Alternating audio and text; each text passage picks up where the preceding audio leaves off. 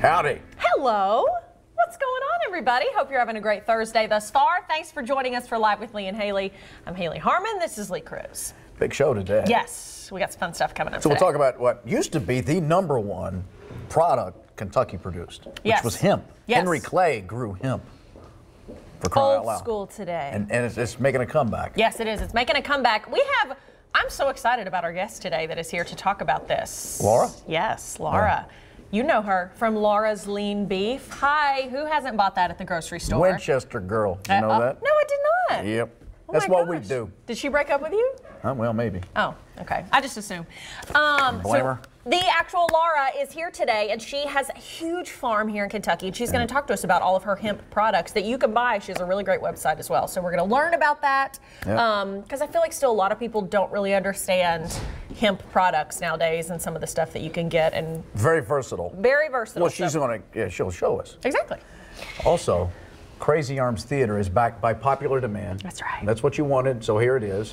And today, I don't think we do enough of this. We focus so much on women. Right. And maintenance. For Would you people. like to focus less on women? Is that what? Well, just once in a while, we'd like that, you know, hey, we can take care of ourselves too. So we're going to talk about shaving, what you should do, you know, how you should prep, skincare, and the type of shaving you should do, the way you prepare for it, all of that. So we're going to learn about, and Lee's been growing out his beard in anticipation of this segment. So say goodbye, because this is the last time we're going to see this. Yeah, it's going to be great. It is going to be great. We're going to shave it off. And in preparation for this segment, what's happened to your voice? It's very deep today. Kind of sexy. Ew, is it? Yes. How's mine? It sounds just like B. Arthur. Oh, wow. Or Coach Orgeron, a little bit. Ed. Go Tigers.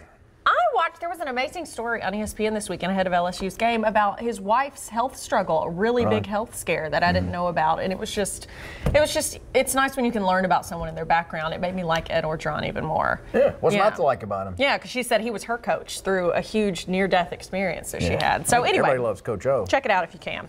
So yeah, we got lots of fun stuff coming up today. Any housekeeping, anything going on with you? No, I think we're good. All right, let's go to our hot topics. Roll it. Topics. California driver's licenses and ID cards now have 3 gender options. Under a new law that went into effect on the 1st, drivers can select male, female, or non-binary on their application. The DMV cannot require an applicant to provide gender documentation. Those who select non-binary will get a card with an X in the gender category. It's estimated the 3rd gender option will cost the DMV nearly $1 million in fees, including changes in its programming and form modification. Oregon, Maine, and Minnesota already offer the non-binary gender category designation. So, there you go.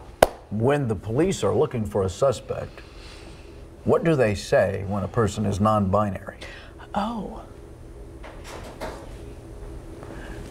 So, you know, we're looking for there was a shooter, and we're identifying the shooter as non-binary. Oh. What is... Every new solution brings new problems. How does that work? Stop committing crimes, and then we won't have to worry about it. Just wondering.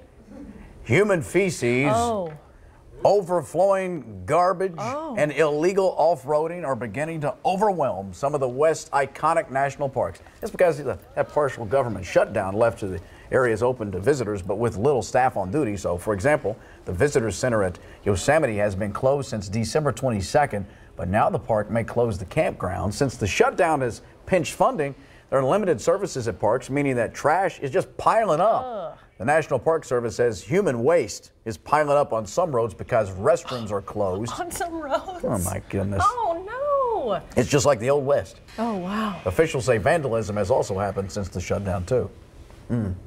You have to go to the park that bad that you have to relieve yourself 1 or 2 on the side of the road? Well, a lot of those parks are so isolated, though. Where are you going to go? Home. Why do you have to go to the park when it's shut down? How am I going to go home if I am in Idaho? Please don't get so upset. Are you all right? You just tickled me. Oh, gosh. I'm in Yosemite. How am I going to go home? Yosemite. That's a different park. Lesser known. I'm at Yosemite Sam's. All-you-can-eat buffet. That's awesome. That's an underrated actor, by the way. Yosemite Sam was an American icon. Yeah. Rootin' tootin' mad. Oh, okay. Former President Barack Obama is music to some people's ears. Have you heard about this? He has debuted on Billboard's Hot R&B song charts at number 22. What? President Obama can thank Hamilton creator Lin-Manuel Miranda for making him a chart star due to the song One Last Time 44 remix. It's a gospel-inspired reimagination of the song from the hit Broadway show Hamilton. The song features President Obama along with Christopher Jackson and gospel star BB Winans. Fans of the former president know that he's all about music. Back in 2012, he thrilled the crowd at the Apollo Theater in NYC during a campaign event when he sang part of the Al Green hit Let's Stay Together. I remember that. Yeah. That's a good song, by the way. Interesting. I haven't heard this song yet. Have you heard this? Not this one, no. I haven't listened to it. I heard Al Green. Just by the sound of his voice, you can tell he'd be a good. It doesn't shock me that he can sing. Have you watched this show, The Masked Singer? No. Okay, but I've heard about it. It's weird. Is it? Very, very weird. And is it always a celebrity? Well, it's kind of. But this is interesting. Is that why your voice is messed up? Were you on Yeah, I'm one of the singers. Oh. They unveiled Antonio Brown Jr. from the Pittsburgh Steelers, who's been missing, by the way, and I guess maybe this is what he's been doing. He's been missing? Well, Roethlisberger couldn't find him, like, because he wasn't at practice, and I remember they were interviewing him. He goes, I don't know where he is, and we're like best friends. Oh. That's what he says. But if you don't want to know, and I don't know, I'm just going to take a guess at who the Peacock is. Okay. There's a guy in a peacock outfit. So this goes on for several seasons? They don't just reveal, several seasons, well, several what shows? happens, the audience picks, they do a battle. Oh.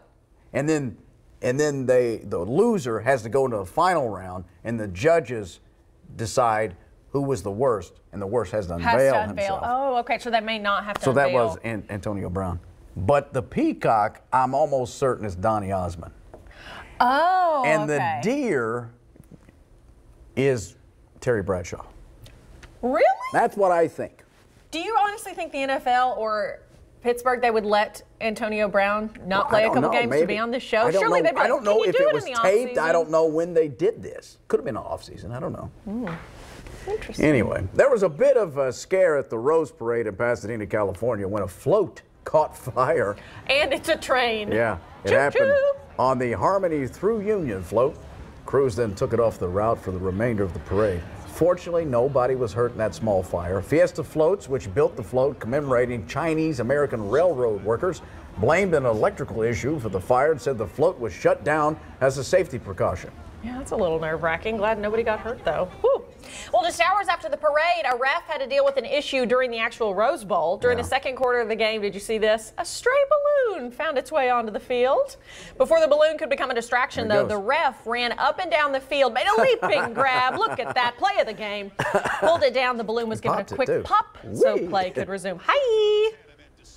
Good job. Love him. Athletic. You know, he's a good ref. I like him. A lot of these referees pride themselves on the shape they're in. Not all of them, but a few of them. Are very fit. Very fit. Yeah. Like, they don't have any trouble. Like Ed Hockley, I think, was the guy who started that sort of referee fit craze. You guys know a former LEX-18 employee, her dad is one of the top refs in NCAA football. Who? I can't think of his first name right now. I want to say it's Matt, but his last name's Austin. Who's the employee? Lindsay Austin, that used to work here. She was a producer. Yeah, her dad. She kind of kept it under the radar for a while. I know that. But then one day she's like, oh, well, I'm going to the game. My dad's a ref. I was like, what? Anyway, I just think that's so cool. So now it's like, it's just nice. The refs need to get praised. They're awesome. They travel just like everybody else. Sometimes they're awesome. Well, sometimes they're not. Yeah. Well, Chrissy Teigen has already kicked off 2019 with a viral moment. There it is, bang.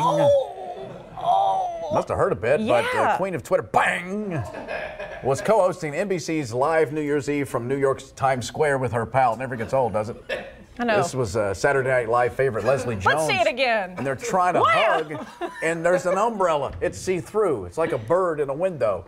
The awkward moment, rather funny, was not only seen on live television, but has been rewatched by us and on Twitter clips, clocking up millions of views. Co-host Carson Daly, oblivious to the commotion as he enjoyed his midnight champagne on the right. He's an alkie, I guess. Our editor had way too much fun putting this together.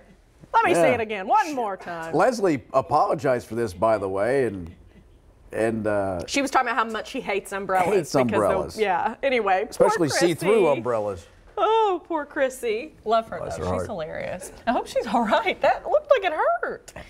She's a good sport. New Year's Day has just passed, but Bluebell Creamery's already in the Mardi Gras spirit. Look at this, folks. The ice cream maker has Mardi Gras king cake ice cream they're coming out with. Is there a baby in there? There's a little baby. Okay. It's made up of cinnamon cake flavored ice cream, pastry pieces, and a colorful cream cheese swirl topped with candy sprinkles. Mardi Gras king cake will be released to stores this week in the half-gallon size.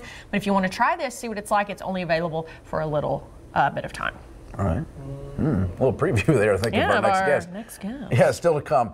I've worked hard growing this thing out, but it's not really my style. It's not. Up next, our friends from Prince Cuts are here to talk us through our favorite segment, the Crazy Arm segment, to help fix Lee up. You're watching Live with Lee and Hayley. Stay with us. We'll be back in a moment. Bye-bye.